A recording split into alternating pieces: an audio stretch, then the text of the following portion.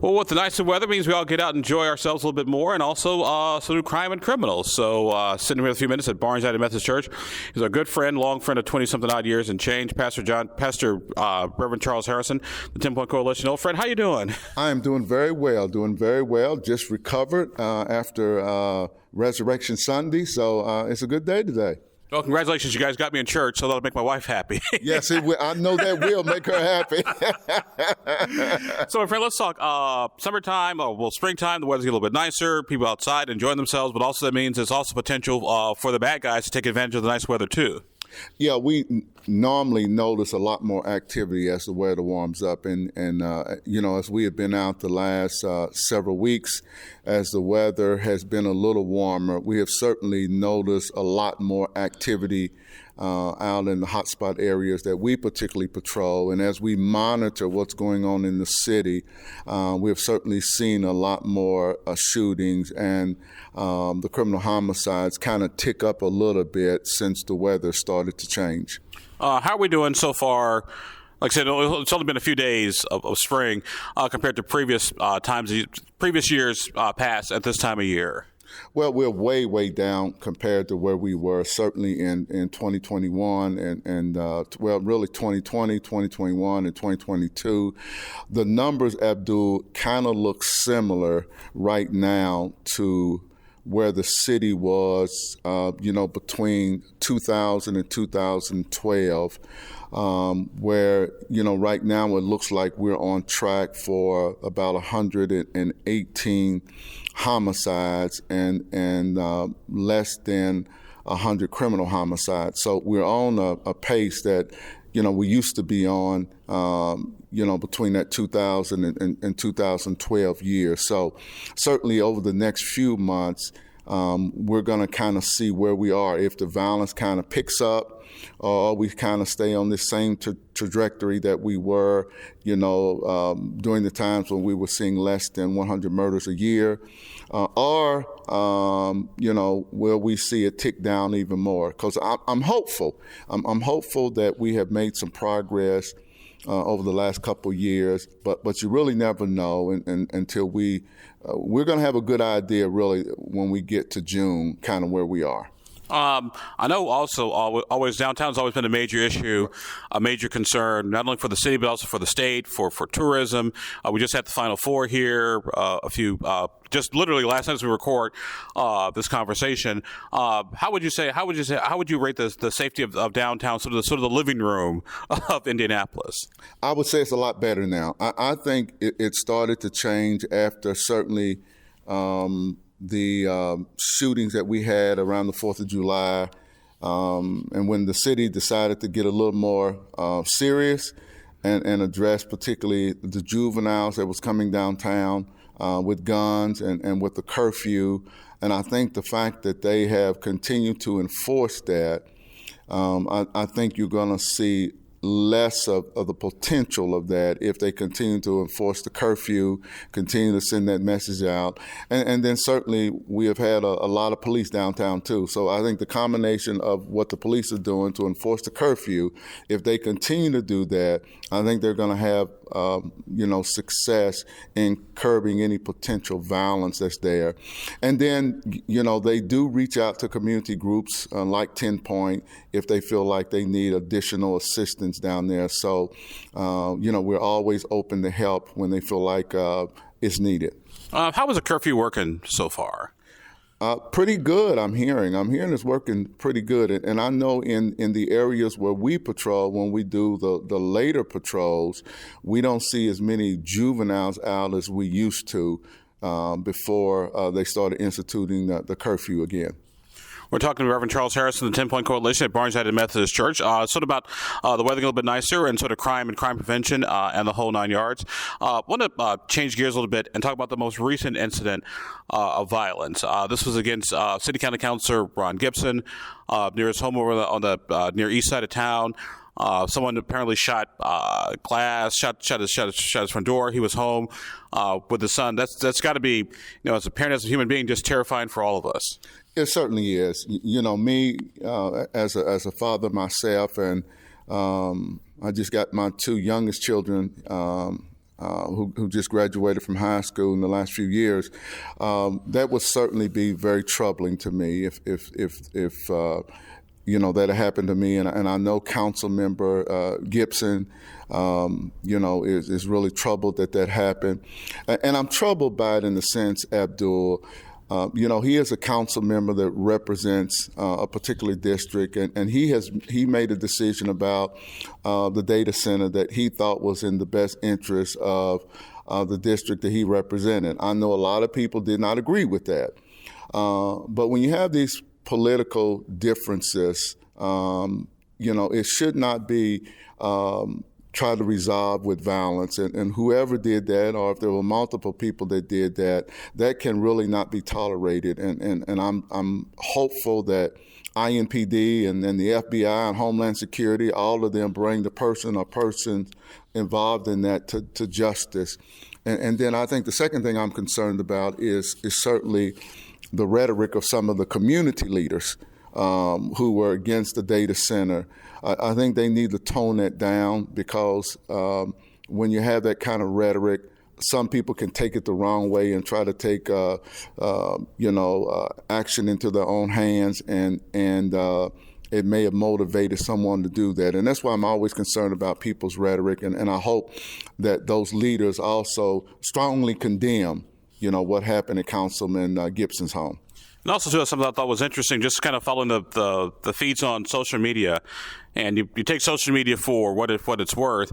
All the people who are saying that either or the folks who are saying that this is another Jesse Smollett, that this is all a hoax, and did Gibson pay somebody to shoot us out, or maybe he shot it out this. I was like, you've got to be freaking kidding me. Well, and I've seen that too on social media, and we're not going to let people try to feel like that Gibson, or try to say that Gibson was responsible for that, to try to take away from what really happened. What really happened is this was an act of violence that cannot be tolerated and accepted, and we're not going to let people, try to divert the conversation around what happened to try to blame it on Councilman Gibson. This was absurd. It was insane. It was crazy, and it ought to be called out. And I'm one of the leaders that's going to call out this kind of behavior. Another part, too, I thought was interesting, where people were saying, well, if somebody shot at my house, I'd have called 911 right away. Well, it's easy for you to say that in retrospect and 24 hours later, but you have no idea what's going through his mind at the time. He's there, his son's there. He's trying to figure out what the heck is going on. So I'll tell you, you can't.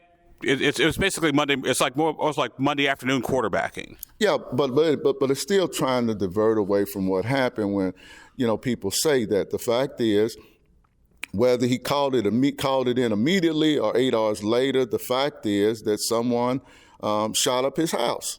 And that is the real issue that we have to deal with, and certainly that cannot be tolerated. Elected officials ought to have the right to make decisions and vote on policy issues that they are passionate about or feel like it's in the best interest of their constituents. And no one or any group has the right, who disagree with that, to use violence as a means of intimidation or getting that council member or elected official to change their mind on the issue. And that's what has to be the focus. It's the overall focus of Indianapolis in reducing the level of senseless violence. And this was another act of senseless violence in the city that has to be condemned. Our guest in the program today is our good friend, Reverend Charles Harrison of the 10-Point Coalition, talk about crime, violence in the city of Indianapolis, as well as some other things as well. I thought it was interesting to talk about sort of the rhetoric of everything. If you look at sort of what's happening at the state level, and to a lesser degree, sort of the national level as well.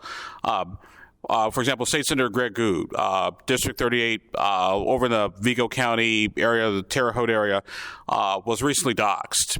Last year, some folks, called the police saying, "Hey, someone's in the house been kidnapped." The cops came in with guns ablazing. He and his wife were downstairs getting Christmas presents all taken care of.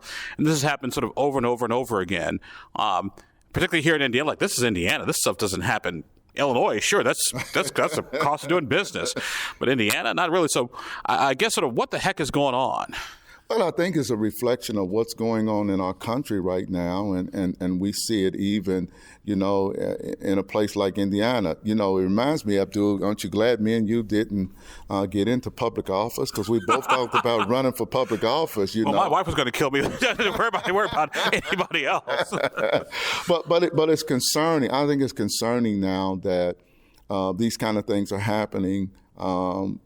And I see them as forms of intimidation against elected officials that support particular issues or vote on a particular issue that constituents don't like. So now they turn to these kind of things, which is sad about where we are in our state of politics nationally and statewide and even locally. Do you think it's just sort of a sad state of affairs that almost got to increase security at churches? Churches have to have metal detectors these days when people come in? Well, it's certainly conversations that we're having. We're really having serious conversations about security in churches today. And I never thought we would get to the point where even the church community is having conversations about, the possibility of having people wand or metal detectors coming into church. But, I have a concern and a responsibility as a pastor to make sure that the church is safe for people that come in. But with where we are today in our society, and we're seeing a lot more shootings in public places and even churches, that churches are now having these kind of conversations. And I would not be surprised in the near future where you actually see people being wand coming in churches or metal detectors. I think it's coming in the near future.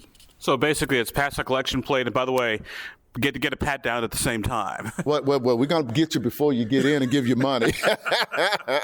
Because there is that concern today. I say often that, we just had a shooting, at a funeral here in the city on church property, and what happened there can happen anywhere. And we have had some close calls, Abdul, even here at Barnes at funerals, where we almost had a altercation that was a road rage incident, and they followed the people to the church here for the wake and the funeral, and we almost had an incident. So, and we know people coming in, churches packing. So we got to address that now, because what really concerns us, and we see it in the streets, in the work that we do, that there is this disregard for the sanctity of human life today.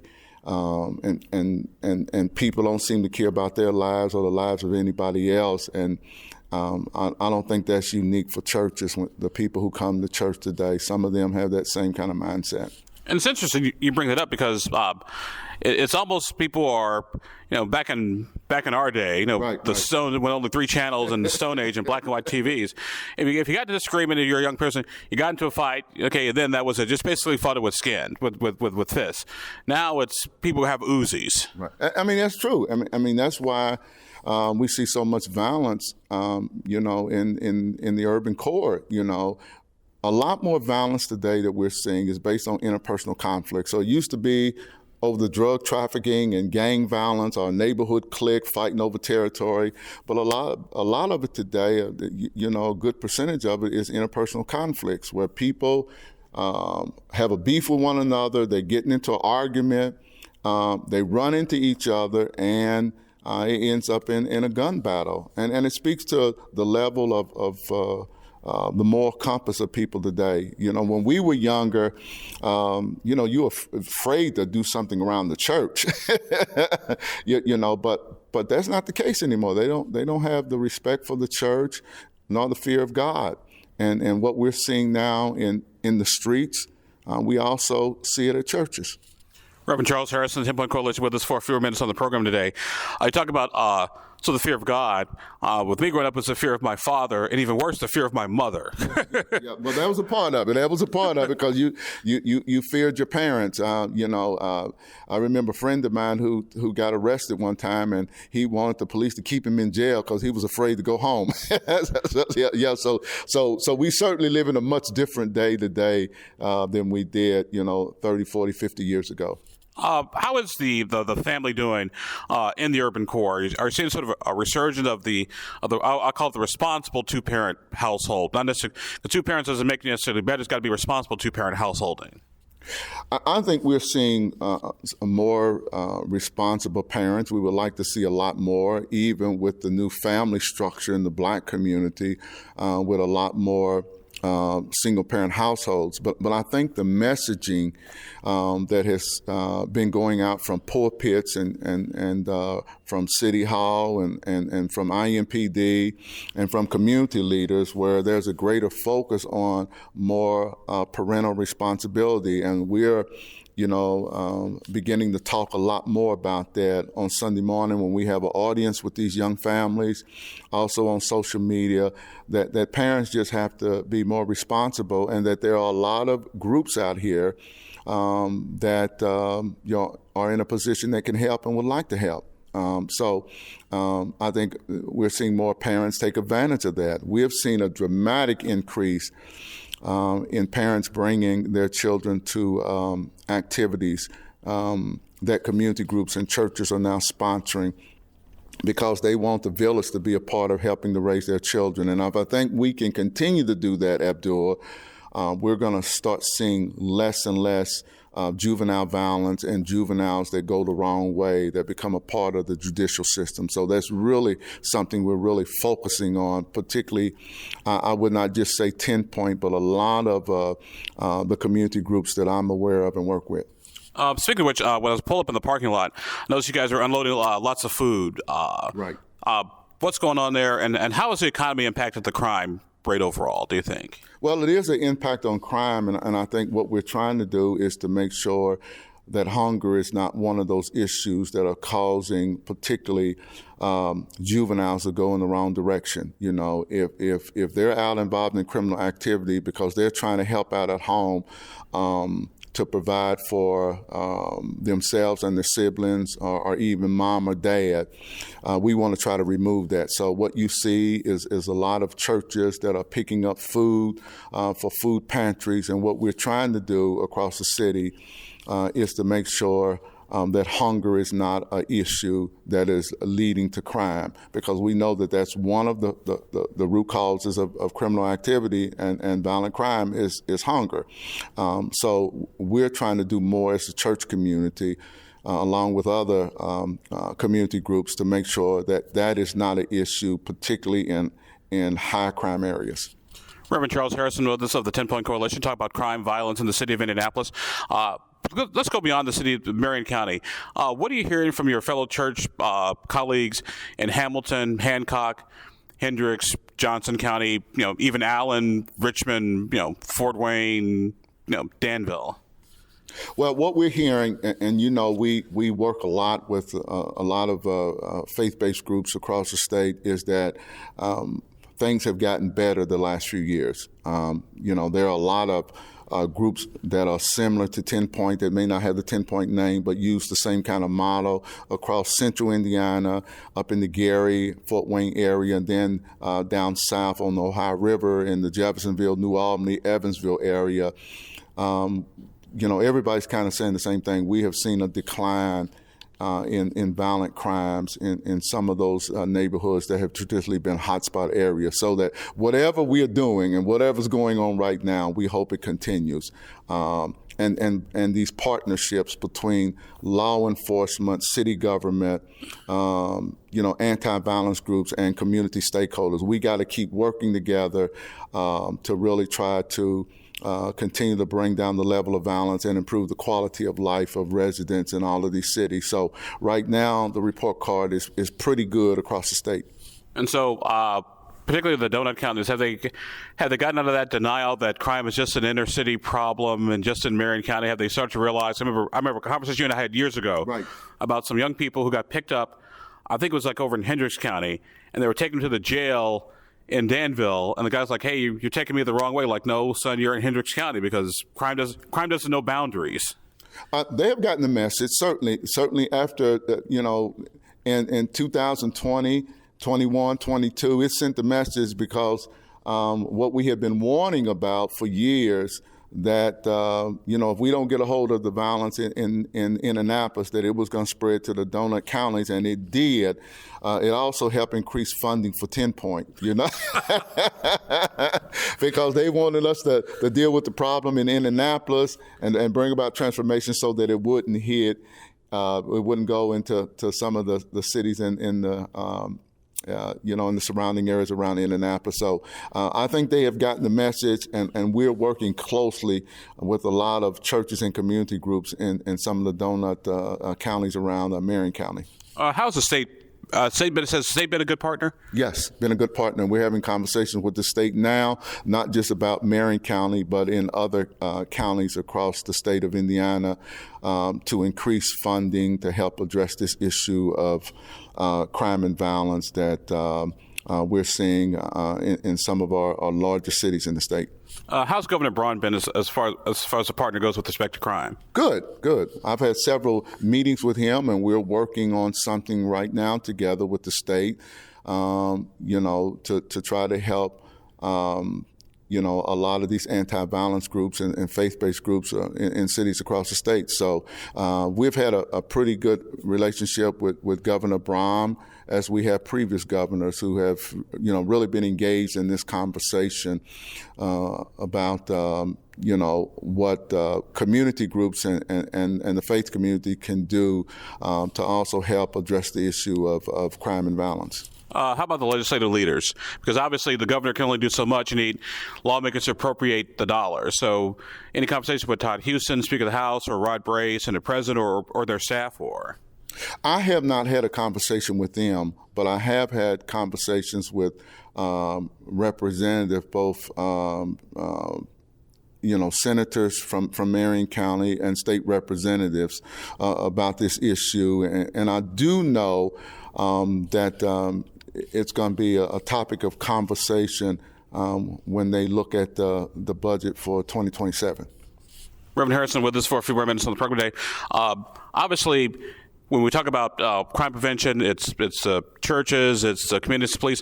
How about the schools, particularly here in Marion County, with all the changes going on with IPS, which is the school district we're in right here, right now?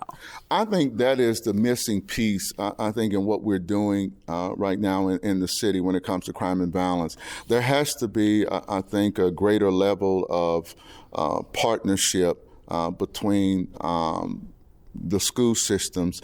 I know one of the board members of Pike Township is a board member of 10 Point, so we have been having conversations with a representative in Pike Township about a greater partnership between groups like 10 Point and them, and they're working to get representatives from all of the school districts in Marion County as a part of a larger conversation. How can we work better together? Because normally what happens in the streets can spill over into the schools. What happens at school can spill over in the neighborhood. And we got to have greater communication between the schools, law enforcement, and community groups so that we can get in front of any potential violence that may occur, whether it happens first at school and then spills over into the neighborhood, or happens in the neighborhood that then spills into the schools. There has to be a greater cooperation, I think, if we're going to get in front of a lot of this juvenile violence. Obviously, 2026 is an election year. State offices. Next year is a mayor's race here in Indianapolis, and 2028 is another presidential election. Do you find that sometimes the work that you folks need to do to take care of the crime issue gets sort of swept up in the politics and sort of these bumper sticker slogans, lock them all up and throw away the key?